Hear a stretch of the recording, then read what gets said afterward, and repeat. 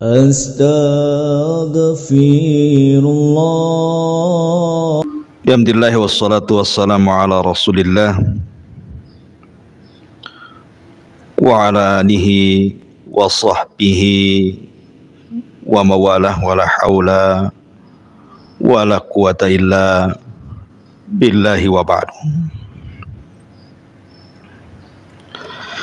Kita lanjutkan kajian kita, masih membahas kitab Minhajul Muslim, dan kita masuk pada pasal yang ke-12, iman kepada qada dan juga qadar Allah subhanahu wa ta'ala. Pembahasan ini adalah pembahasan yang sangat penting sekali, karena beriman kepada qada dan qadar Allah subhanahu wa ta'ala adalah bagian daripada rukun iman, di mana seorang muslim tidak boleh tidak kecuali harus beriman dengan qada dan qadar. Ma'asyiral muslimat yang dimuliakan Allah subhanahu wa ta'ala, setiap manusia, saya, ibu-ibu ataupun siapapun, semua sudah dicatat oleh Allah subhanahu wa ta'ala dalam catatan yang umum yang disebut dengan Lauhil Mahfuz. Baik kelahirannya, baik rizkinya, baik kebahagiaannya, celakanya, bahkan sampai kepada su'ul khatimah dan husnul khatimah, semua dicatat Allah subhanahu wa ta'ala. Dari sini Allah subhanahu wa ta'ala berfirman dalam surah Al-Qamar ayat 49, Inna kulla syai'in khalaqnahu biqadar. Sesungguhnya kami menciptakan segala sesuatu itu ditentukan dengan takdir Allah subhanahu wa ta'ala. Bahkan tidak ada orang yang lepas daripada catatan takdir. Semua makhluk yang Allah subhanahu wa ta'ala ciptakan, termasuk kita, tidak ada yang lepas daripada takdir Allah subhanahu wa ta'ala. Lalu apa faedahnya seorang muslim itu harus beriman dengan qada dan qadar itu? Begini Bu ya, di masyarakat, terutama di orang-orang awam, terkadang di antara mereka apabila ditimpa musibah, apakah musibah berupa kelaparan, susah ekonomi, meninggal orang yang dicintai, kenakalan anak-anak, atau musibah-musibah yang lainnya, terkadang musibah-musibah itu dijadikan oleh manusia sebagai itab ilallah, celaan kepada Allah subhanahu wa ta'ala. Padahal jangan sampai menjadikan musibah yang Allah subhanahu wa ta'ala turunkan kepada kita itu celaan bagi Allah. Tak jarang di masyarakat kita sering mendengar apabila ditimpa musibah kemiskinan, maka mereka akan mengatakan, kenapa saya selalu ditimpa kemiskinan? Kenapa orang? atau orang yang ditimpa penyakit yang berkepanjangan. Terkadang dia menyalahkan Allah Subhanahu wa ta'ala dan mengatakan, kenapa si aku saja yang kena penyakit ini, kenapa orang lain tidak? Atau mungkin perceraian, atau mungkin kenakalan anak-anak. Terkadang objek yang disalahkan itu adalah Allah Subhanahu wa ta'ala.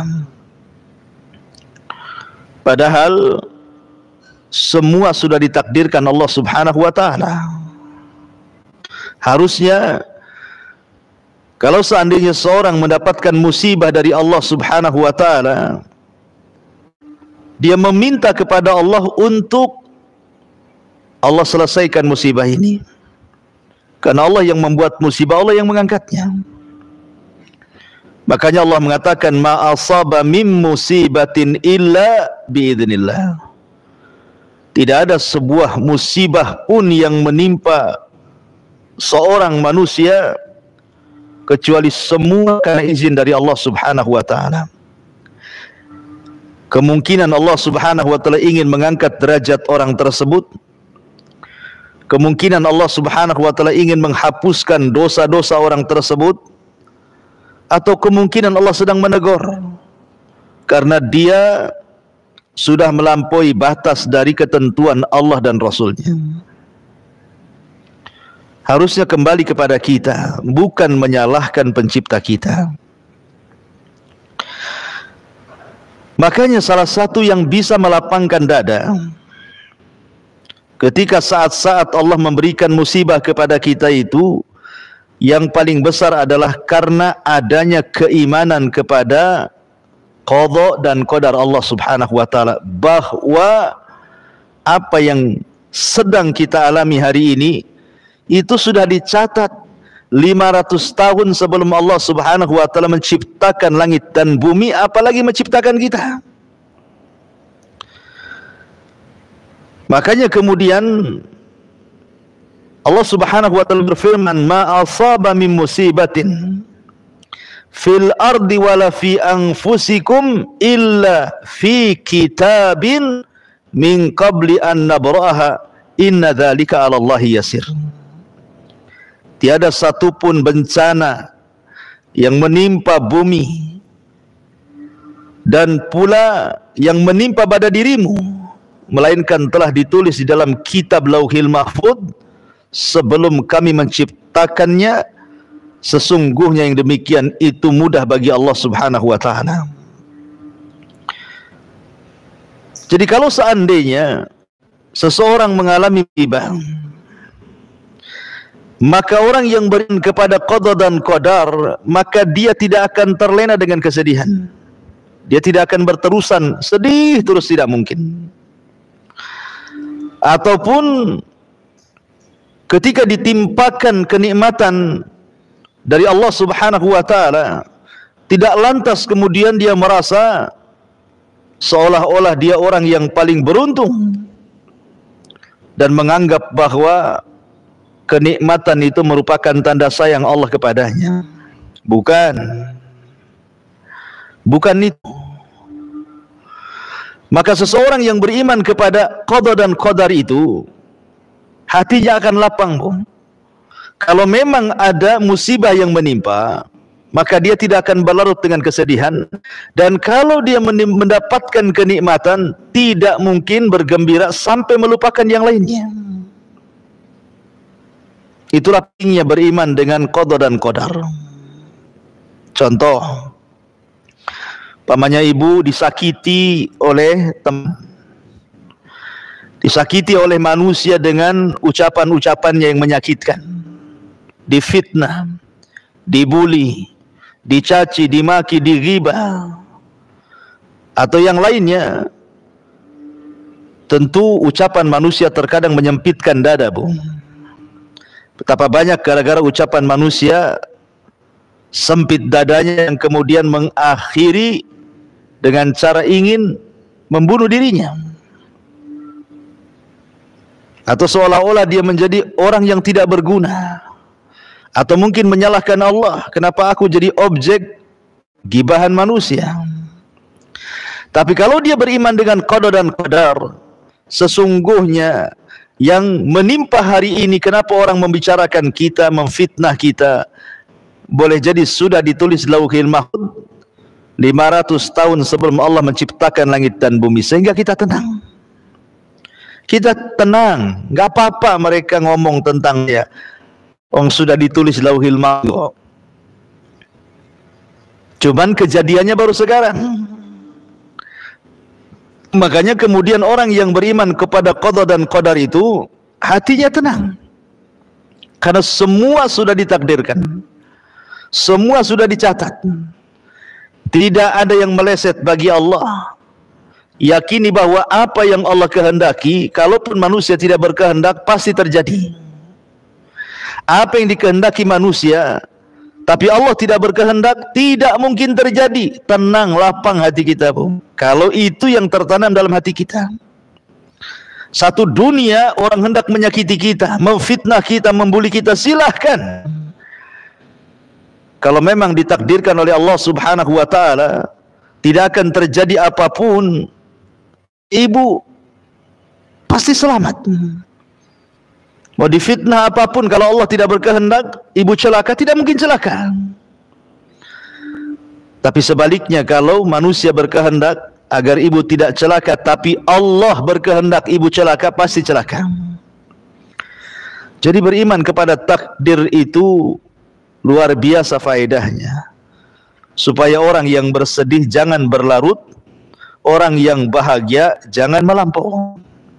Karena semua takdir dari Allah Subhanahu wa ta'ala. Apa masalahnya?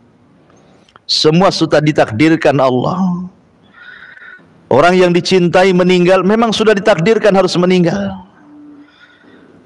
Kemudian kalau seandainya disempitkan usahanya, memang sudah ditakdirkan sedang disempitkan usahanya.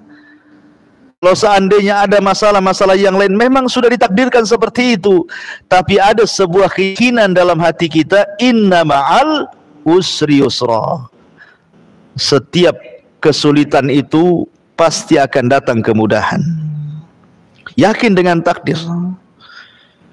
Karena orang kalau tidak yakin takdir, ya tadi akhirnya dia menyalahkan Allah, menyalahkan nasibnya, menyalahkan dirinya, seolah-olah dia tidak berguna hidupnya, dan begitu seterusnya. Akhirnya putus asa, setelah putus asa tak jarang mengakhiri dirinya, naudzubillah. Ma'asyiral muslimat yang dimuliakan Allah Subhanahu wa ta'ala, semua sudah dicatat oleh Allah Subhanahu wa ta'ala.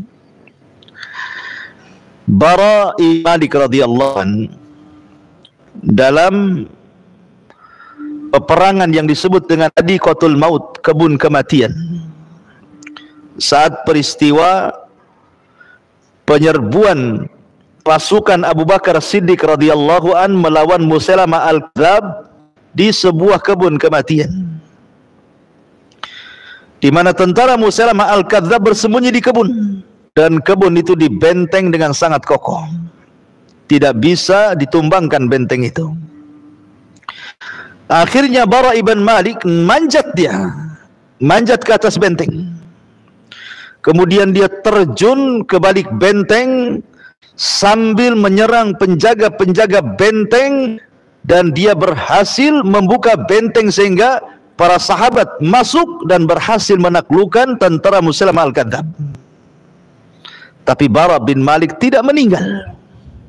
Padahal secara logika, Bu, benteng itu dijaga pasukan banyak.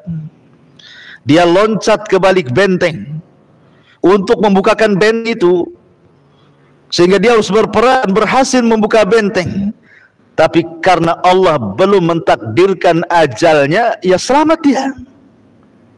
Ya, karena takdir Allah Subhanahu wa ta'ala. Khalid ibn Walid dalam pembaringannya saat sakit menuju kematiannya, dia mengatakan di hadapan teman-temannya, demi Allah tidak ada sekujur badanku dari kepala sampai kaki melainkan ada bekas panah, bekas tombak, bekas pedang, dan bekas senjata-senjata yang menusuk badanku.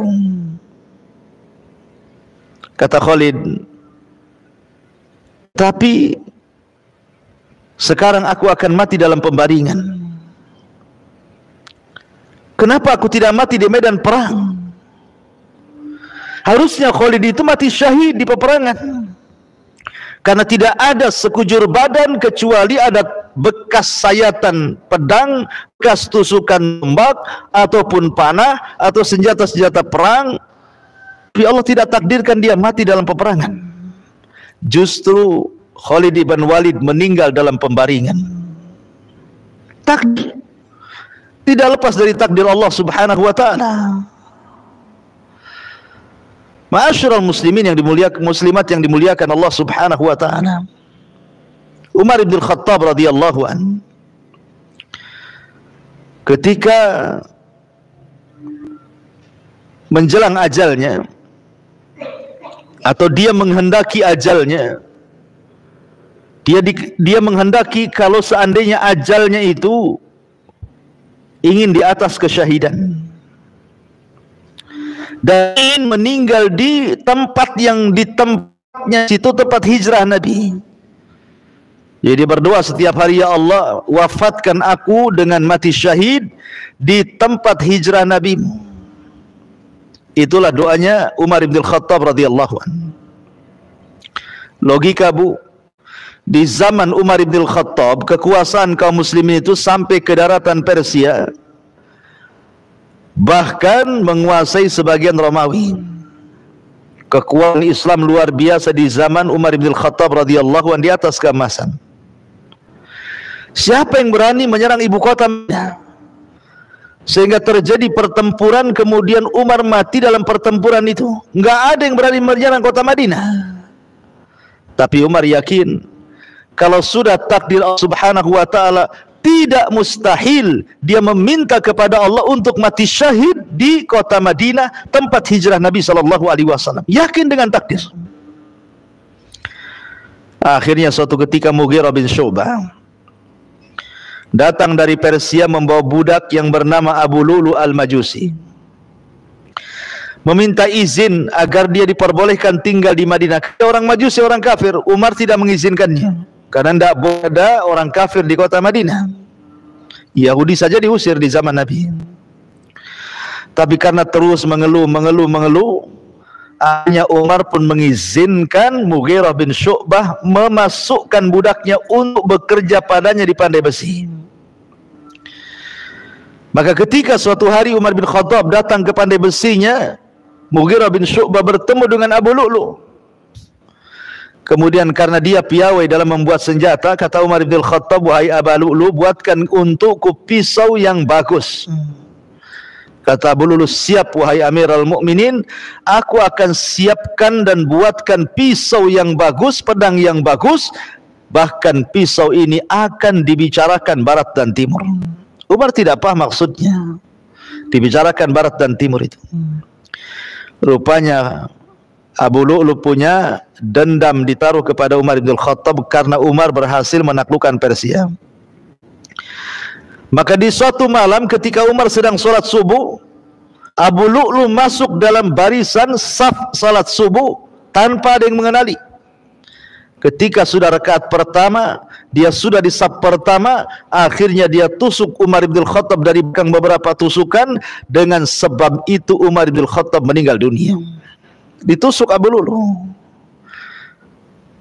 Dan keinginan Umar untuk mati syahid Allah kabulkan. Di tempatnya Rasul Allah kabulkan. Dia dibunuh oleh seorang Majusi yang tidak pernah sujud dan kepada Allah, dia kafir. Makanya ketika Umar bin Khattab bertanya kepada Ibnu Umar, man qatalani, siapa yang membunuhku wahai Ibnu Umar?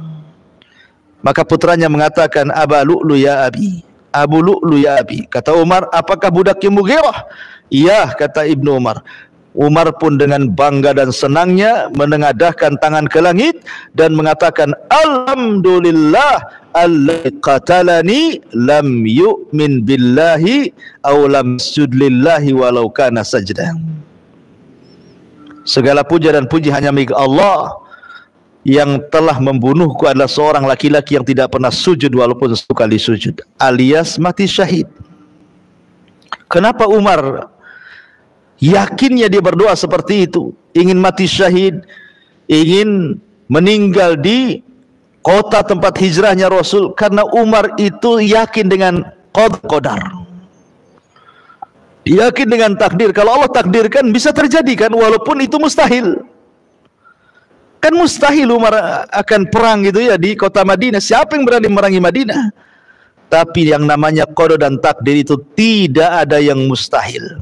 Semua sudah dicatat di Lauhil Mahfuz. Rizki seseorang sudah dicatat, umur seseorang sudah dicatat. Jadi kalau sudah dicatat seperti rizki sudah dicatat, lah buat apa merampok? Buat apa mencuri?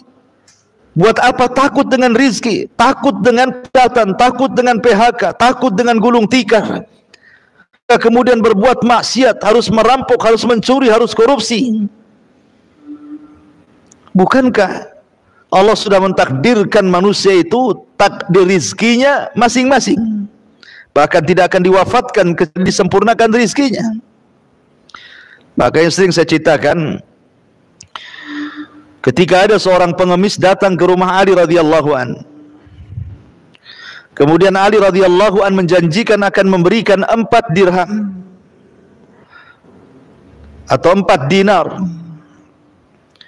Tapi Ali lupa meletakkan 4 dirham itu di mana letaknya. Karena kelamaan, maka sang pengemis ini pulang dan mencuri pelana kuda Ali. Setelah pergi, akhirnya uang itu baru ingat ada di mana. Setelah diambil uang itu, kemudian keluar hendak dari pengemis tadi, pengemisnya pula sudah pergi.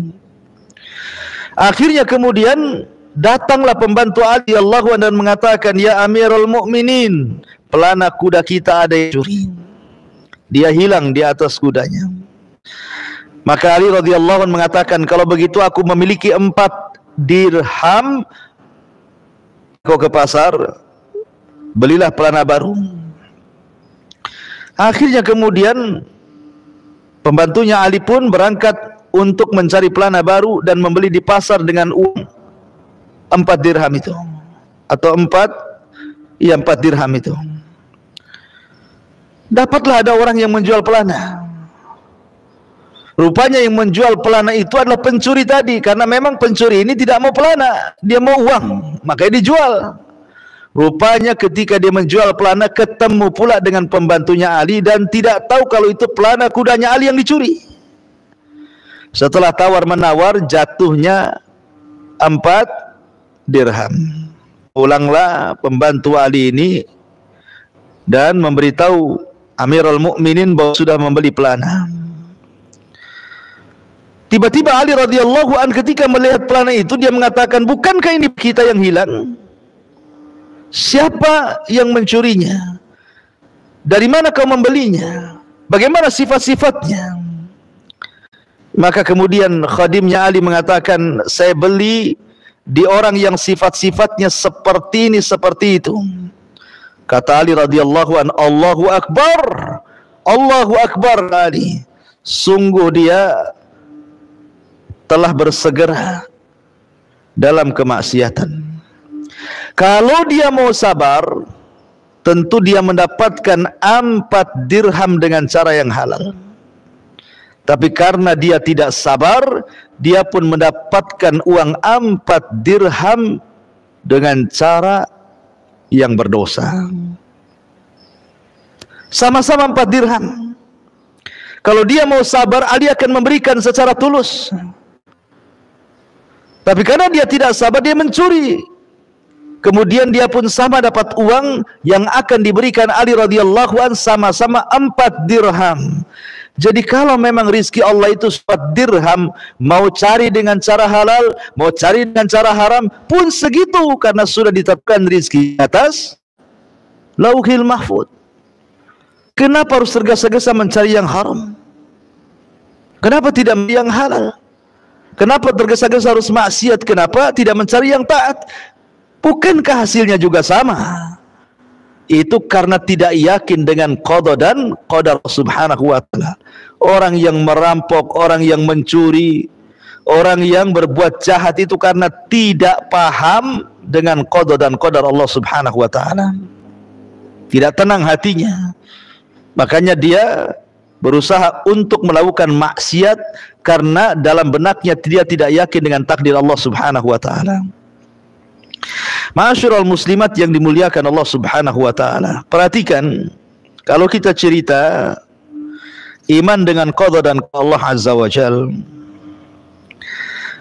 maka beriman kepada qada dan qadar itu mencakup 4 perkara.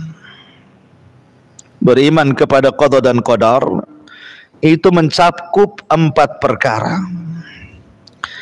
Siapa yang mengimani 4 perkara dan paham dengan 4 perkara ini, berarti dia telah beriman kepada qada dan qadar. Siapa yang mengingkari 1 dari 4 perkara ini, maka dia telah mengingkari qada dan qadar Allah Subhanahu wa taala. Apa saja 4 perkara ini? Yang pertama, al-ilmu. Ilmu. Beriman bahwa Allah Subhanahu wa taala alim, memiliki pengetahuan segala sesuatu makhluk yang diciptakannya, baik secara global ataupun secara perinci. Jadi Allah Subhanahu wa taala Maha tahu yang telah, yang sedang, yang akan datang, bahkan kalau seandainya terjadi sesuatu yang mustahil sekalipun, pasti Allah tahu. Itulah pengetahuan Allah Subhanahu wa taala. Allah Maha tahu. Tahu kebutuhan kita itu apa, Allah tahu. Sehingga kalau Allah Maha tahu dan kita yakin Allah Maha tahu, lalu buat apa kemudian orang itu bersedih? Bukan Allah Maha tahu. Kalau kita mengangkat kedua tangan kepada Allah Azza wa Jalla agar dilepaskan dari kesulitan, Allah Maha tahu. Allah tahu akan hamba-hambanya, akan kita itu Allah tahu. Apa yang dihajatkan kita, apa yang tidak dihajatkan kita, Allah tahu. Sehingga ketika kita memiliki keyakinan bahwa Allah mengetahui atas segala sesuatu, tenang kita. Lah pengetahuan Allah Subhanahu wa taala dituangkan dalam catatan, dan tidak semuanya. Sebagian pengetahuannya diletakkan dalam catatan Allah Subhanahu wa taala yang diletakkan di Lauhil Mahfuz. Jadi Allah sudah mencatat di ilmunya segala sesuatu yang akan terjadi sampai kiamat kita. Ketika Allah Subhanahu wa taala menciptakan pena ataupun kolam, maka Allah katakan, catatlah segala sesuatu yang akan terjadi sampai kiamat dibangkitkan. Jadi semua sudah dicatat.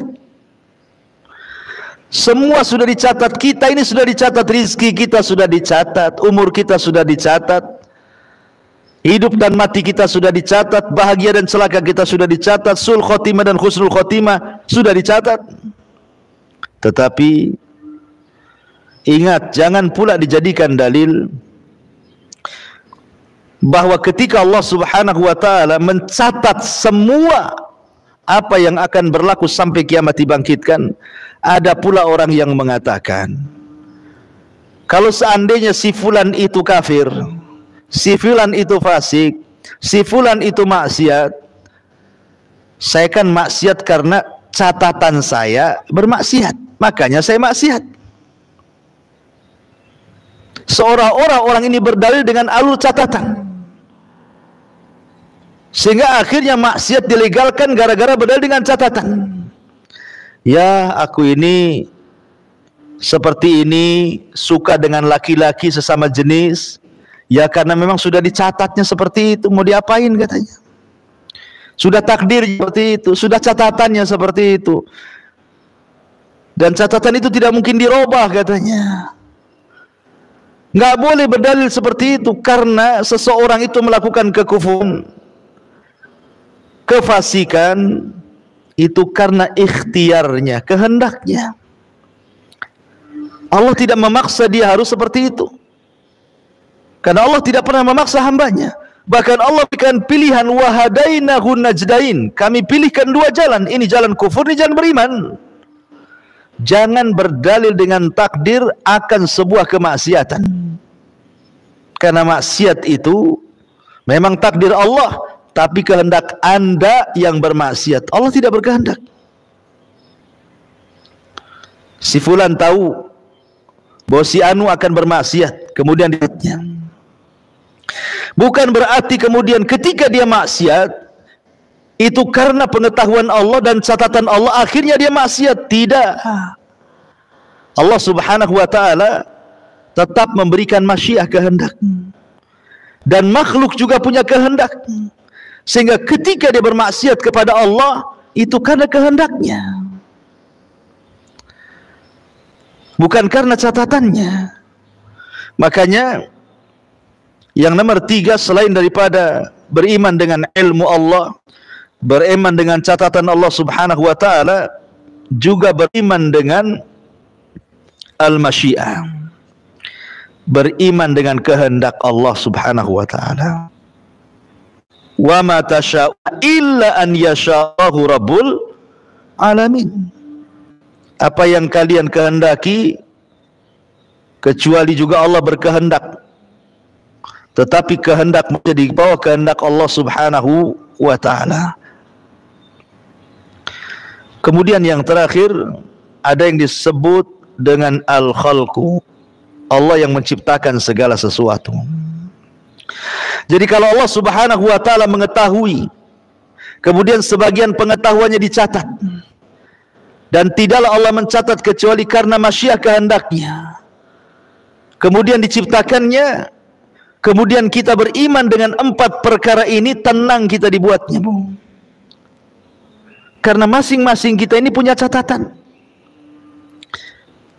Ketika ibu dalam perut janin, kan datang tuh malaikat mencatat rizkinya, mencatat bahagianya, mencatat celakanya, mencatat sul khotimahnya, mencatat sul khotimahnya. Semua sudah dicatat atas kehendak Allah dan atas ilmu dari Allah subhanahu wa ta'ala. Kemudian Allah subhanahu wa ta'ala menciptakan hal yang sudah ditulis berdasarkan ilmunya, berdasarkan kehendaknya, maka jadilah sebuah peristiwa. Mungkin ibu diejek orang, mungkin ibu dihina orang, mungkin ibu digibah orang, ya tenang saja, karena tidak lepas daripada takdir Allah subhanahu wa ta'ala. Lisan mereka juga yang menggibah ibu itu tidak keluar dari takdir. Lisan orang yang menggibah ibu itu loh tidak keluar dari takdir. Walaupun dia mencaci, memaki untuk mencelakakan kita, sampai dia kemudian membuat isu hoax kemana-mana, ucapan dia tidak lepas dari takdir Allah. Walaupun dia ngompor sana, ngompor sini supaya ibu celaka, ibu dibenci, kalau Allah tidak berkehendak nggak akan terjadi. Capek saja dia ngomong ember ke sana kemari. Jadi kita tidak lepas dari takdir, sebagaimana dia pun tidak lepas dari takdir. Lah ketika itulah tenang kita, karena semua tidak lepas dari takdir masalahnya. Jadi apapun yang dikeluarkan dari lisan orang yang menyakiti kita tidak keluar dari takdir Allah subhanahu wa ta'ala. Ma'asyiral muslimat yang dimuliakan Allah subhanahu wa ta'ala, maka penting sekali beriman dengan qada dan qadar Allah subhanahu wa ta'ala, karena semua sudah dicatat dalam takdirnya. Ada yang disebut dengan takdir am, takdir umum, dan itu semua ditulis lauhil mahfud. Kita ada di situ, Abu Bakar ada di situ, Nabi ada di situ, semua ada di situ. Itu takdir am namanya, takdir umum. Tapi kita punya takdir khusus yang disebut dengan takdir al-umri. Ketika kita berada di perut ibu kita 4 bulan, maka datang malaikat, kemudian yu'mar bi arba'i kalimat, diperintahkan untuk mencatat 4 perkara. Bikatbi rizkihi, rizkinya, wa ajalihi, ajalnya, wa amalihi, amalannya, wa syakiyin au sa'idin, celaka dan bahagianya, sul khotimah dan husnul khotimahnya, semua sudah dicatat. Jadi ada catatan khusus, hanya kita saja yang dicatat dari mulai lahir sampai mati. Ada catatan umum, kita bergabung dengan Umar, Abu Bakar, Utsman, Ali dan sahabat-sahabat dan juga para mazhab Syafi'i, Ahmad dan semua manusia dikumpulkan dalam satu catatan umum namanya. Tapi ada catatan khusus. Catatan kita saja. Lah catatan umum itulah yang nanti kita akan dipermalukan di hadapan manusia di padang mahsyar. Karena kita akan digabungkan dengan orang-orang baik, digabungkan dengan para nabi, digabungkan dengan para sahabat, digabungkan dengan para tabi'in, digabungkan dengan para tabi'in, digabungkan dengan para mazahibul arba, digabungkan dengan para orang-orang saleh, para siddiqun dan begitu seterusnya. Nanti akan terjadi pembacaan catatan umum itu. Baru kita sadar, duhai kiranya apalah aku dibandingkan Abu Bakar, dibandingkan Umar. Gak ada apa-apanya. Itu catatan umum, malu kita dibuatnya di hadapan manusia. Tapi ada catatan khusus yang Allah Subhanahu wa taala mengatakan, Iqra kitabak, baca catatanmu. Baca catatanmu. Kalau dia mengambil dengan tangan kanannya, dengan bangganya dia mengatakan, ha umuqra'u kitabiyah. Oh, dengan bangganya dia mengatakan, baca-baca nih catatanku nih. Semua baik. Tapi bagi yang mengambil dengan tangan kiri atau di belakang punggungnya, dia benci untuk mengambil karena dia tahu isi. Nah, itu namanya takdir umri. Ada takdir sanawi yang diturunkan setiap malam Lailatul Qadar. Setahun yang akan datang dari malam Lailatul Qadar itu diperbaharui lagi takdirnya. Kemudian ada takdir harian yang disebut dengan al-yaumi, di mana Allah mengatakan kulla yaumin huwa fi sya'n. Allah itu setiap hari penuh dengan kesibukan, di mana Allah membuat seseorang sakit, membuat seseorang sembuh, membuat seseorang hidup, membuat seseorang mati, membuat seseorang kaya, membuat seseorang miskin, membuat seseorang gembira, membuat seseorang sedih, membuat orang tertawa, orang menangis. Setiap hari Allah itu sibuk. Itu namanya takdir yaumi. Ya. Lah hal-hal yang seperti ini harus diimani. Ma'asyiral muslimat yang dimuliakan Allah Subhanahu wa taala, tapi takdir Allah itu perkara gaib. Maka disebutkan di sini, wa indahu mafatihul ghaibi la ya'lamuha illahu wa ya'lamu ma fil barri wal bahri wa ma tasqutu min waraqatin illa ya'lamuha wa la habatin fi dhulumatil ardi wa la ratbin wa la yabisin illa fi kitabim mubin. Dan pada sisi Allah kunci-kunci semua yang gaib, tak ada yang mengetahuinya kecuali Dia sendiri.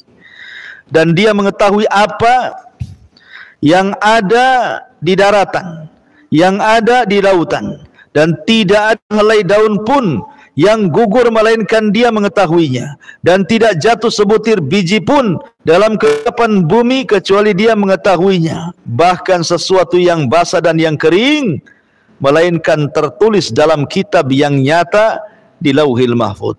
Kita tidak tahu takdir kita, karena wa indahu mafatihul ghaib. Di sisi Allah lah kunci-kunci segaiban, termasuk takdir manusia itu gaib bagi kita. Karena Dia gaib kita, Bu, maka jangan berdalil dengan takdir. Ada seorang sahabat datang kepada Nabi SAW, ya Rasulullah, kalau saya takdirnya di neraka, buat apalah aku beramal? Buat apalah aku capek-capek sholat, capek-capek puasa, mengeluarkan harta zakat, toh nanti juga takdirnya masuk neraka, ya masuk neraka juga, nggak ngaruh sholatnya. Ataupun sebaliknya, orang ini hendak berdalil dengan takdir. Sama dengan orang sekarang kan itu. Ketika dia punya penyakit LGBT umpamanya, kan suka sesama jenis atau lesbi, kemudian kita ingatkan itu perbuatan kaum Lut, bahaya, akan dilaknat, kau akan masuk neraka. Apa katanya?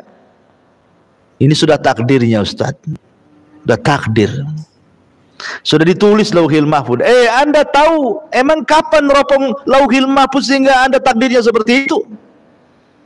Anda itu punya penyakit seperti itu karena kehendak Anda. Kalau Anda berusaha untuk sembuh, bisa sembuh, kan itu bukan takdir. Makanya kenapa Nabi SAW menepis hujah takdir itu di hadapan para sahabat, dan Rasul mengatakan, kalian lo tidak tahu isi takdir itu apa. Kata Nabi SAW, fakullun muyassarun lima khuliqalahu. Fakullun muyassarun lima khuliqalahu. Kalian semua sudahlah, i'malu, beramallah, kalian akan dimudahkan sesuai dengan apa yang telah diciptakan kepada kalian, ditakdirkan kepada kalian. Kalian akan dimudahkan sesuai dengan takdir kalian. I'malu, beramal saja. Kemudian Nabi SAW membacakan, fa amma a'ta wattaqa wa saddaqa bil husna fasanuyassiruhu lil yusrah. Adapun orang yang suka memberi dengan ilmunya, dengan hartanya, dengan pengetahuannya, dalam rangka mengikhlaskan diri kepada Allah, takwa, dan dia percaya dengan sorga dan juga nikmatnya, fasanuyassiruhu lil yusra. Sudah mudah langkahnya, Allah mudahkan. Mudah dia sholat, mudah dia puasa, mudah dia sedekah, Allah mudahkan lagi. Jadi kalau seandainya seseorang itu melaksanakan sholat 5 waktu, rajin dia, kemudian setelah itu dia berusaha untuk menempel dengan yang sunnah-sunnah, mulai qiyamul lail dia lakukan, duha dia lakukan, terus akhirnya nambah lagi dengan sunnah-sunnah yang lainnya, kemudian merembet ke puasa, merembet ke sedekah, merembet ke yang lainnya, maka kalau itu terus setiap hari kita perbaiki ibadah kita, makin ditambah, pasti Allah akan akhiri kita seperti itu. Kita akan meninggal di atas ibadah. Tapi kalau sehari-hari orang itu bermaksiat, jadi Allah akhiri seperti itu. Yang jelas bahwa kata Rasul, i'malu, beramal solehlah, karena kalian akan dimudahkan sesuai dengan takdir kalian. Makanya kenapa Allah Subhanahu wa taala berfirman, fa idza faragta fansab wa ila rabbika farghab. Kalau sudah melakukan amal soleh yang satu, maka beranjak kepada amal soleh yang kedua. Apabila yang kedua sudah selesai, beranjak kepada yang ketiga. Apabila yang ketiga selesai, beranjak kepada yang keempat. Seperti Abu Bakar Siddiq radhiyallahu anhu, dia puasa dalam satu hari. Di hari yang sama dia mengikuti jenazah. Di hari yang sama dia cari orang sakit kemudian menjenguknya. Di hari yang sama dia memberikan sedekah kepada fuqara wal masakin. Begitulah Abu Bakar Siddiq radhiyallahu anhu, dan orang yang terus seperti itu akan diakhiri seperti itu. Tapi orang yang tidak seperti itu, justru dia menyibukkan diri dengan maksiat, boleh jadi dia akan diakhiri seperti itu di atas kemaksiatan kepada Allah. Karena orang itu diwafatkan sesuai kebiasaannya. Lah karena kita tidak tahu takdir Allah seperti apa, maka cukuplah kita beramal. Tidak usah menerka-nerka takdir saya di neraka, takdir saya di sorga, takdir saya begini, takdir saya begitu. Emang karena Anda melihat, meneropong lauhil mahfuz sehingga tahu isinya yang Allah takdirkan kepada kita. Ingat, semua adalah kegaiban, dan itu hanya Allah Subhanahu wa taala yang tahu. Ma'asyiral muslimat yang dimuliakan Allah Subhanahu wa taala, dalam sebuah hadis di sini Nabi SAW bersabda, inna ahadakum yujma'u khalquhu fi batni ummihi arba'ina yawman nutfatan thumma yakunu 'alaqatan mithla dhalik thumma yakunu mudghatan mithla dhalik thumma yursalul malaku fayanfukhu fihi ruha wa yu'maru bi arba'i kalimat bi katbi rizqihi wa ajalihi wa amalihi wa syaqiyyun aw sa'idun fawalladzi la ilaha illa ghairuh inna ahadakum la ya'malu bi amali ahlil jannah hatta ma yakunu bainahu wa bainaha ila dhira' fayasbiqu alaihi alkitab fayamalu bi amali ahli nar fayadkhuluha wa inna ahadakum la ya'malu bi amali ahli nar hatta ma yakunu bainahu wa bainaha illa dhira' fayasbiqu alaihi alkitab fayamalu bi amali ahli jannah fayadkhuluha.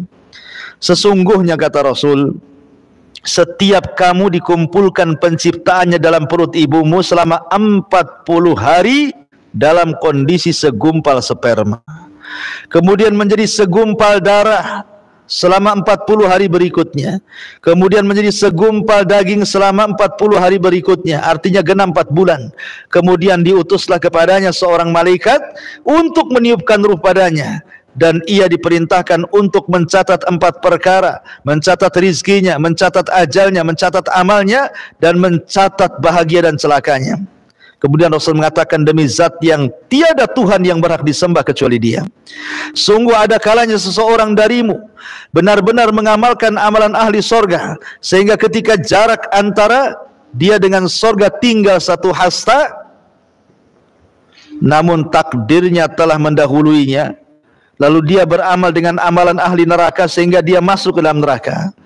Dan ada seseorang di antara kamu yang mengamalkan amalan penduduk neraka, namun ketika jarak antara dia dengan neraka tinggal 1 hasta, takdirnya pun telah mendahuluinya, maka dari itu pun dia amalkan amalan ahli sorga sehingga dia Allah masukkan dia ke dalam sorga. Lihat, semua sudah dicatat dan semua sudah ditakdirkan Allah Subhanahu wa ta'ala. Ada yang dohirnya, dohirnya ahli solat, ahli puasa, ahli ngaji, ahli haji, dohirnya. Tetapi batinnya kan tidak tahu. Rupanya dia mengamalkan amalan itu karena riya, karena ingin dilihat orang, dipuji orang. Padahal kalau seandainya dia mengamalkan karena Allah, tentu jarak dia dengan sorga itu tinggal 1 hasta. Tapi karena amalan yang ia lakukan itu dalam rangka riya, akhirnya yang tinggal 1 hasta itu tidak menjadikan dia masuk sorga, justru dia masuk neraka.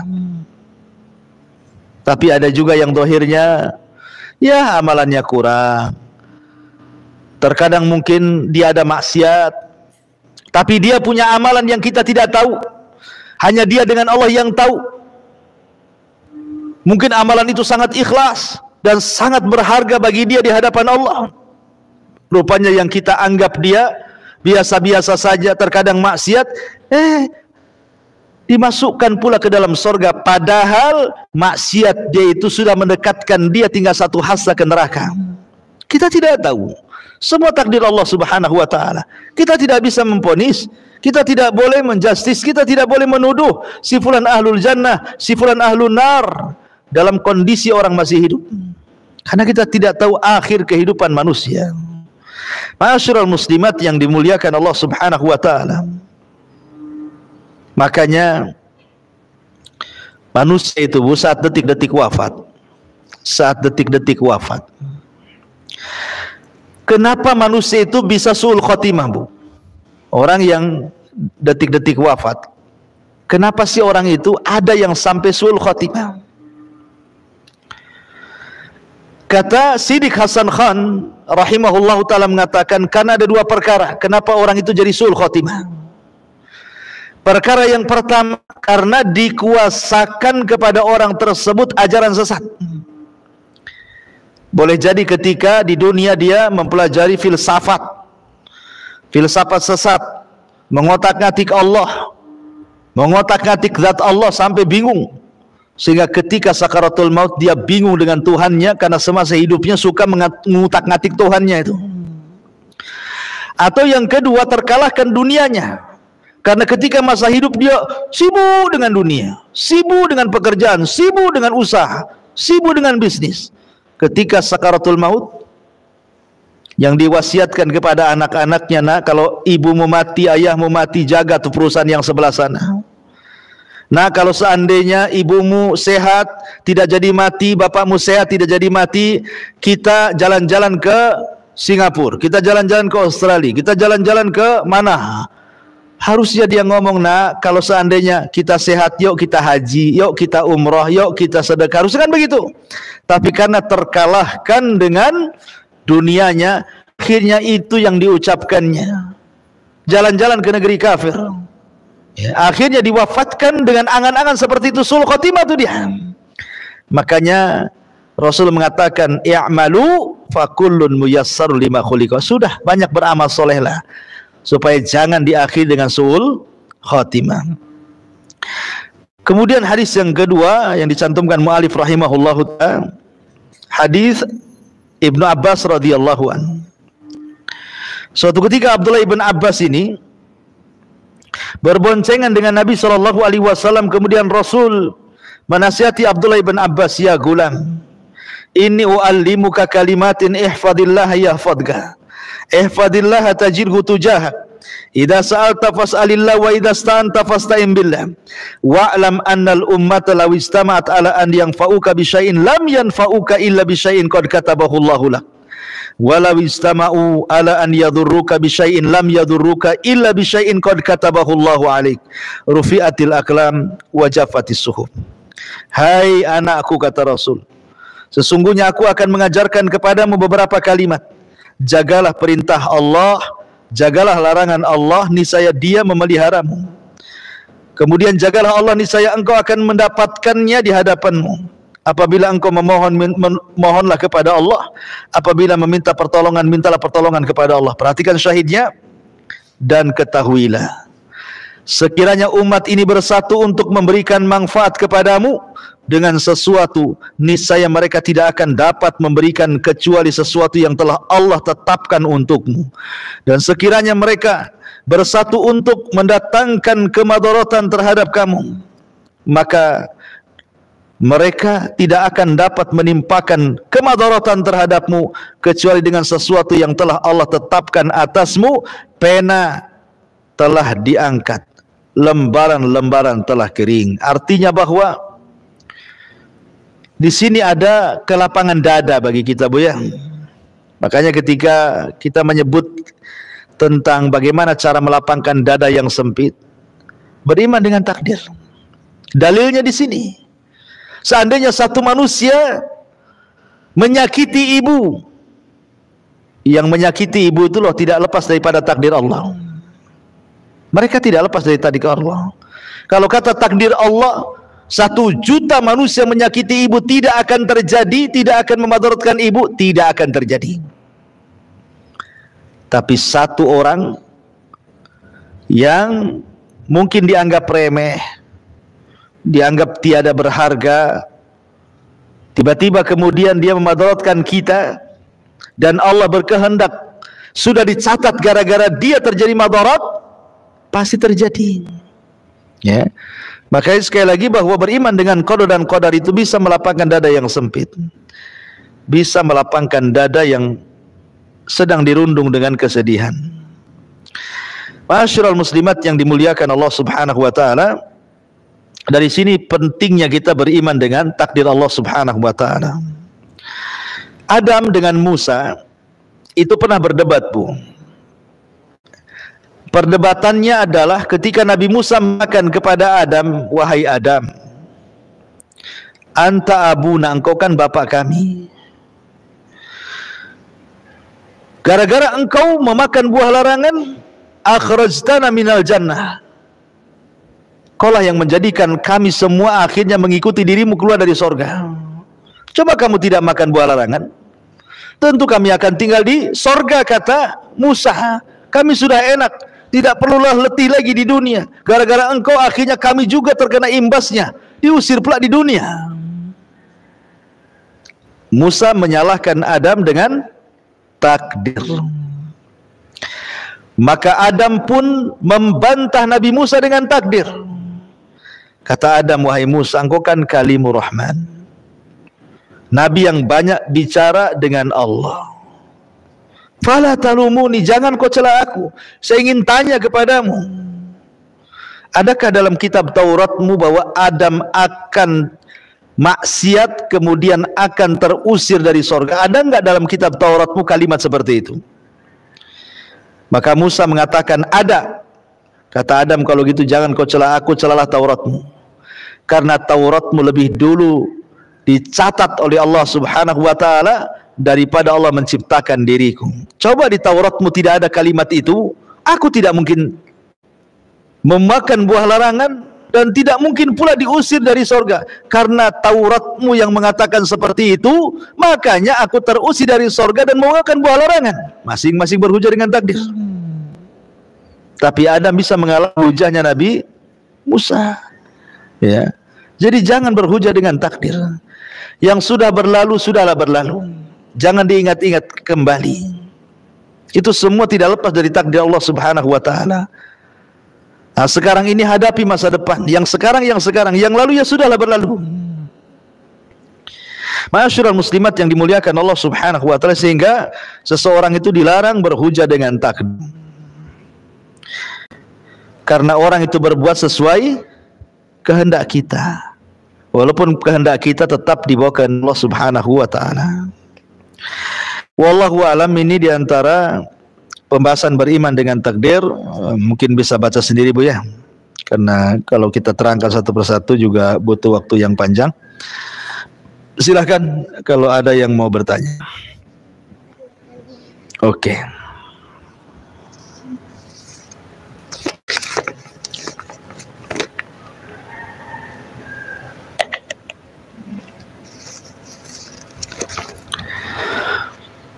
Ustadz, Allah memberi akal pikiran kepada manusia untuk menjalani kehidupan. Apakah setiap keputusan yang kita ambil dalam hidup ini akhirnya menjadi takdir kita? Apa takdir bisa diubah dengan doa? Iya, alhamdulillah. Ada hadis yang mengatakan la yaruddul qada illa doa. Tidak ada yang bisa merubah ketentuan Allah kecuali dengan doa. Tapi doa yang merubah ketentuan itu bukan yang di Lauhil Mahfuz, tapi ketentuan yang di tangan malaikat. Yang di tangan malaikat bisa berubah. Umpamanya ketika Lailatul Qadar, setahun yang akan datang dicatat malaikat, usianya orang ini tinggal 5 tahun lagi, atau 2 tahun lagi, atau 1 tahun lagi. Kemudian karena banyak berdoa minta dipanjangkan usia, akhirnya kemudian tidak jadi dan Allah tambah usianya. Jadi catatan yang berubah itu catatan yang dipegang para malaikat, bukan catatan umum yang ada di Lauhil Mahfuz. Lalu apakah setiap keputusan yang kita ambil dalam hidup ini akhirnya menjadi takdir kita? Begini Bu ya, Allah Subhanahu wa taala sudah membuat 2 jalan. Satu jalan hidayah, satu jalan kesesatan. Satu jalan maksiat, satu jalan ketaatan. Wa hadainahun najdain. Kemudian Allah Subhanahu wa taala membekali kita dalam menghadapi 2 jalan itu dengan berbagai macam bekal. Mulai dari kedua mata bisa melihat, kedua telinga bisa mendengar, lisan bisa bicara, tangan bisa bergerak, kaki bisa melangkah, otak bisa berpikir, perasaan bisa merasa. Kemudian Allah Subhanahu wa taala berikan kehendak untuk memilih. Untuk memilih. Kalau seandainya dia memilih jalan ke neraka, jangan salahkan catatan. Mungkin catatan saya sudah jadi neraka. Tidak, Anda memilih dengan kehendak. Karena ketika kita dihadapkan antara air dan api, kita tahu mana yang panas, mana yang tidak. Tak mungkin memegang api jelas-jelas panas. Lah kita sudah tahu ini yang baik ke surga, ini yang baik ke neraka, tapi karena hawa nafsunya dia pilih yang tidak baik, akhirnya menuju jalan ke neraka. Maka setiap keputusan itu akan jadi takdir kita. Ya, ingat, setiap keputusan kita itu akan jadi takdir kita. Hati-hati ketika memberikan putusan, karena kita diberikan kehendak. Walaupun kehendak kita tetap di atas kehendak Allah. Allah menciptakan syaitan, Allah menciptakan iblis. Syaitan, iblis, atau orang-orang jahat seperti Fir'aun, Namrud dan yang semacamnya, semua ciptaan Allah Subhanahu wa taala. Tapi apakah kemudian syaitan sesat itu karena mengikuti catatan? Iblis itu sesat karena mengikuti catatan? Tidak.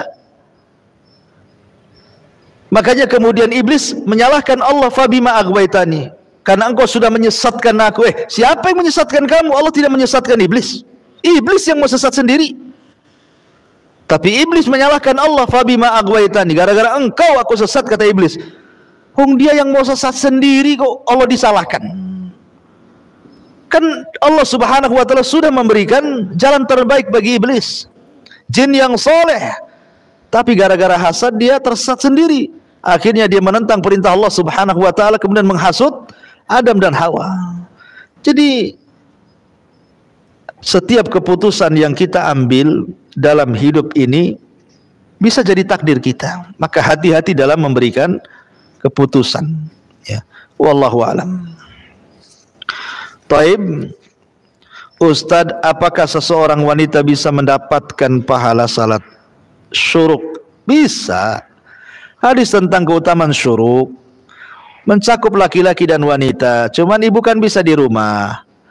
Habis subuh, ibu nggak usah beranjak dari tempat sholat, ibu ngaji, zikir, nunggu sampai jam 6. Ketika matahari meninggi 1 tombak, ibu sholat 2 rakaat. Maka pahalanya sama dengan haji dan umroh secara sempurna. Kalau laki-laki di masjid. Jika takdir sudah ditentukan dalam catatan, apakah cara menuju takdir itu Allah tentukan juga atau tergantung dari usaha dan kehendak manusia tersebut? Pertama, kita tidak tahu takdir kita apa. Tetapi Rasul mengatakan i'du, berarti di sini disuruh kita usaha, Bu. Usaha. Maka barang siapa yang suka memberi, kemudian bertakwa, kemudian membenarkan, surga usahanya sudah mudah. Dia mudah sholat, mudah amal soleh, mudah puasa, mudah zakat, Allah mudahkan lagi. Tapi kalau orang itu sudah sulit sholat, sulit puasa, malas haji, malas zakat, malah maksiat, maka Allah persulit lagi dia untuk beribadah. Dan kita bisa rasakan kan, Bu? Coba lagi nih logikanya, Bu, ya. Ibu ibadah, coba dari sekarang baca Quran, pagi, siang, sore baca Quran, malam tahajud, pagi duha, kemudian suka datang ke majelis ta'lim. Itu semangat ibadah itu setiap hari akan meningkat, Bu. Karena iman itu bertambah dan berkurang. Iman itu bertambah dan berkurang. Tapi ketika ibu kemudian tidak istiqomah dalam ibadah, tiba-tiba kemudian bermaksiat kepada Allah Azza wa Jalla, maka untuk mengawali ibadah itu terasa malas, walaupun sudah bertobat. Maunya maksiat terus, karena apa? Didorong-dorong setan, kok maksiat saja, nggak usah kok ibadah. Akhirnya ketika dia mengikuti hawa nafsunya bermaksiat terus, boleh jadi diakhiri dengan maksiatnya. Tapi orang yang terus istiqomah, berusaha istiqomah, maka diakhiri dengan ibadah. Ya, jadi sekali lagi bahwa digantungkan atas usaha kita. Usaha kita mendekatkan diri kepada Allah Azza wa Jal dan tidak menyandarkan kepada takdir Allah Subhanahu wa taala, karena kita tidak tahu takdir kita itu apa masalahnya. Ya. Baik. Bagaimana upaya kita agar benar-benar ridha dengan takdir dari Allah yang tidak menyenangkan, tidak teringat lagi dengan orang-orang yang menyakiti, melukai, bisa melupakan dengan sikapnya. Iya, saya katakan tadi, satu, manusia berbicara itu karena takdir, dan batas caranya juga karena takdir, sehingga dia bicara pun tidak lepas dari takdir. Jadi kalau dia tidak lepas dari takdir, kenapa ibu stres? Ketika dia mencaci maki ibu, itu tidak lepas dari takdir. Dan kalau Allah tidak berkehendak, maka tidak mungkin terjadi apa yang difitnahkan itu. Walaupun ibu difitnah macam-macam, ini itu, silakan memfitnah. Kalau memang takdirnya tidak seperti itu, tidak akan terjadi kecelakaan. Yang kedua, supaya mudah hilangkan dan tidak mengingat, selain daripada yakin dengan takdir Allah Subhanahu wa ta'ala, bahwa sebelum orang itu mengucapkan sesuatu kepada kita, Allah sudah mencatat di Lauhil Mahfuz sebelum Allah menciptakan langit dan bumi. Kemudian berusaha untuk menghindar dan menyibukkan dengan perkara-perkara yang bisa melupakan. Disibukkan dengan ibadah, disibukkan dengan zikir, disibukkan dengan ya hal-hal yang positif supaya lupa, ya kan? Supaya lupa. Tapi yang jelas bahwa ucapan manusia itu tidak lepas daripada takdir.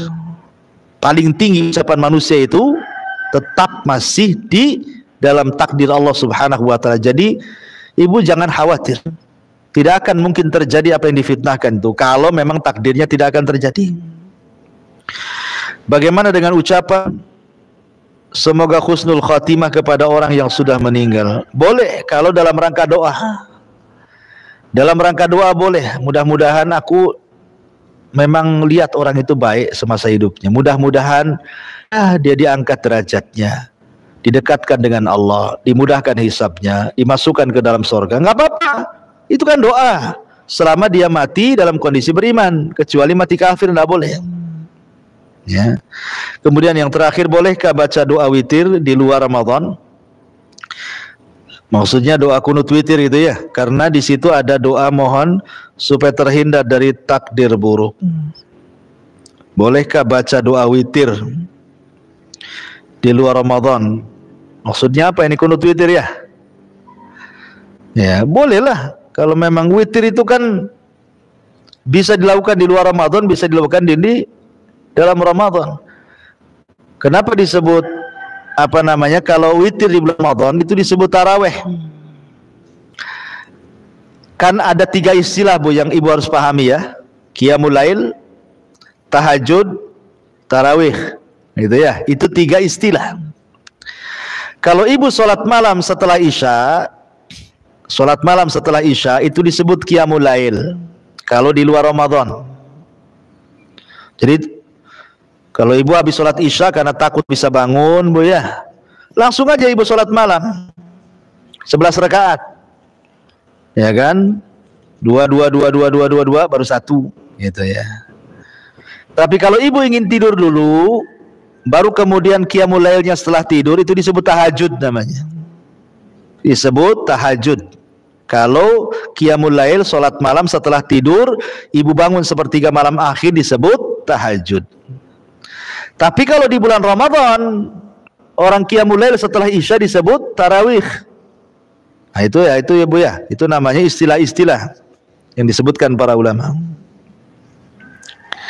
Jadi boleh seseorang membaca doa witir di luar Ramadan, tidak ada masalah. Kemudian pertanyaan selanjutnya, Ustadz, jodoh itu pilihan atau takdir? Ya, jodoh itu takdir. Tetapi kita harus memilih. Ya.